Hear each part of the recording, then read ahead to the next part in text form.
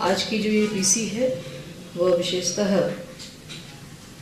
एक विशेष प्रयोजन जो आप हम सब लोग जानते समझते हैं कि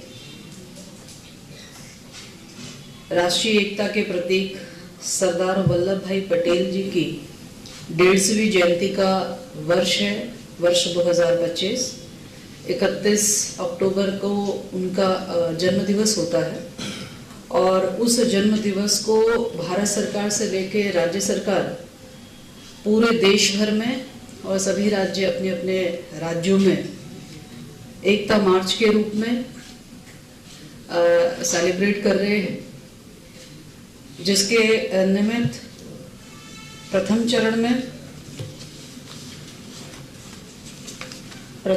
में माय भारत पोर्टल के माध्यम से देश भर के युवा,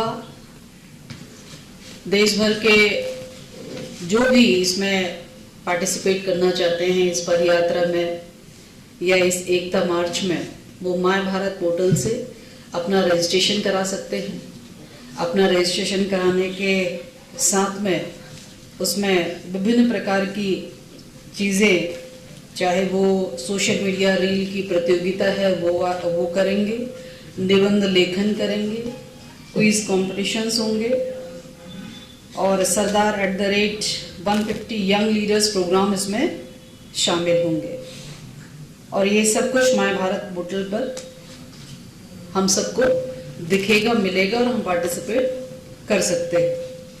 और चूंकि ये ओपन एंट्री है तो यहाँ पर संख्या कोई सीमित नहीं है, संख्या असीमित है, जितने लोग चाहें। और एज का भी कोई क्राइटेरिया नहीं है कि एक ही एज वाले इसमें पार्टिसिपेट करेंगे। सभी स्कूल भी कर सकते हैं, NSS भी कर सकती है, NYK भी कर सकते हैं, महिला मंगल दल, नवयुवक मंगल दल भी कर सकते हैं, NCC वाले भी कर सकते हैं, हमारे सभी युवा भी कर सकते हैं। ओपन एंट्री है तो सीनियर्स भी कर सकते हैं, सभी के लिए ओपन एंट्री रखी गई है।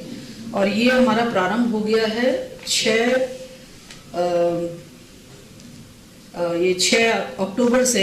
ये माय भारत पोर्टल जो है वो रजिस्ट्रेशन की प्रक्रिया और ये सारी प्रतियोगिताएं उसमें प्रारंभ हो चुकी है, जिसमें सभी देश भर के और हमारे उत्तराखंड के बच्चे उसमें पार्टिसिपेट कर रहे हैं। दूसरा चरण जो है वह स्टार्ट हो रहा है 31 अक्टूबर से 16 नवंबर तक। तो इस दूसरे चरण में हम लोग राज्य स्तर पर हमारे जो 13 जनपद हैं, इन 13 जनपदों में हम लोग एकता मार्च हम लोग निकालेंगे। और ये एकता मार्च जो है वो 3 दिन की होगी। 3 दिन का मतलब हो गया है कि आप 31 अक्टूबर से 16 नवंबर के मध्य में 3 दिन, कोई से भी 3 दिन हो सकते हैं, कंटिन्यू 3 दिन नहीं है। आप बीच में ब्रेक दे दे के जो है आप 3 दिन आप कर सकते हैं। तो हर जनपद में 3 दिन यात्रा रहेगी और यह यात्रा जो है वो 8 से 10 किलोमीटर की यात्रा रहेगी। और इस यात्रा में भी ओपन एंट्री है। इसमें सभी एकता मार्च में पूरा भारत या पूरे उत्तराखंड के लोग जो है इसमें एकता मार्च में पार्टिसिपेट कर सकते हैं। तो इस प्रकार की यात्रा जो है वो 13 जनपदों में 31 अक्टूबर से 16 नवंबर के मध्य में की जाएगी। द्वितीय चरण जो हमने आपको बताया है, तो पहला चरण जो हमने आपको बताया है और द्वितीय चरण में जो हमने आपको 13 जनपदों का बताया है, उसके बाद में एक चरण और है जिसमें 26 नवंबर से 6 दिसंबर, यानी कि 26 नवंबर हमारा संविधान दिवस है और संविधान दिवस से लेकर 6 दिसंबर जहां समापन की ओर हम लोग बढ़ेंगे, तो वहां पर 152 किलोमीटर की पदयात्रा जो है वो करमसद यानी कि पटेल जी की जन्मस्थली से स्टैच्यू ऑफ यूनिटी केवड़िया तक निकाली जाएगी। ये गुजरात में होगा, जहां से हमारे बच्चे जो माय भारत पोर्टल से हर जनपद से 2-2 बच्चे सेलेक्ट होके जाएंगे और वो फाइनली जो है वो 26 नवंबर से 6 दिसंबर तक की होने वाली उस 152 किलोमीटर की पदयात्रा में पार्टिसिपेट करेंगे। वहीं पर जो है उसका समापन भी होगा। तो इस प्रकार से ये पूरी यात्रा में विभिन्न प्रकार के कार्यक्रमों का आयोजन होगा, जिसमें पदयात्रा में सरदार पटेल की प्रतिमा अथवा चित्र पर श्रद्धांजलि भी रहेगी, आत्मनिर्भर भारत की शपथ भी रहेगी, सांस्कृतिक कार्यक्रम भी रहेंगे, प्रमाण पत्र वितरण भी रहेगा, वाद विवाद प्रतियोगिता भी रहेगी, नशा मुक्त भारत भी रहेगा, उसकी शपथ रहेगी, व्याख्यान रहेंगे, स्वास्थ्य शिविर रहेंगे और यहाँ पर हर जिले में जिलाधिकारियों को इस प्रकार से नोडल अधिकारी बनाया गया है। वे अपने जिले में यात्रा कौन सी तिथि में होनी है, कहाँ कहाँ से लोगों ने पार्टिसिपेट करना है, वो उसको सुनिश्चित करेंगे।